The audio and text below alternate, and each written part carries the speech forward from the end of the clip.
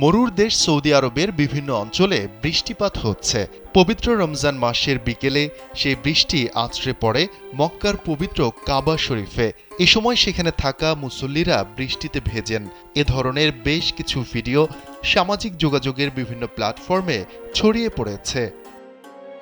স্থানীয় সময় বৃহস্পতিবার দুই পবিত্র মসজিদ ভিত্তিক ওয়েবসাইট ইনসাইট দ্য হারামাইন তাদের ফেসবুক পেজে দুটি ভিডিও প্রকাশ করে। সেখানে দেখা যাচ্ছে আকাশ ঘন কালো মেঘে ছেয়ে আছে। ওই সময়ও হাজার হাজার মানুষ কাবার কাছে অবস্থান করছিলেন। অনেকে কাবা প্রদক্ষিণেও ব্যস্ত ছিলেন।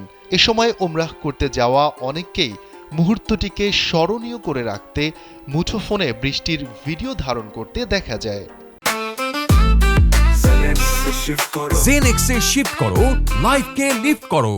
পবিত্র রমজান মাসে বছরের অন্যান্য সময়ের তুলনায় বেশি মানুষ ওমরাহ করতে যান কাবায়। এই সময় ভিড় নিয়ন্ত্রণে আগে থেকেই বিভিন্ন প্রস্তুতি নিয়ে রাখে কর্তৃপক্ষ। এছাড়া সেখানকার মুসল্লিদের জন্য করা হয় ইফতারেরও সুব্যবস্থা।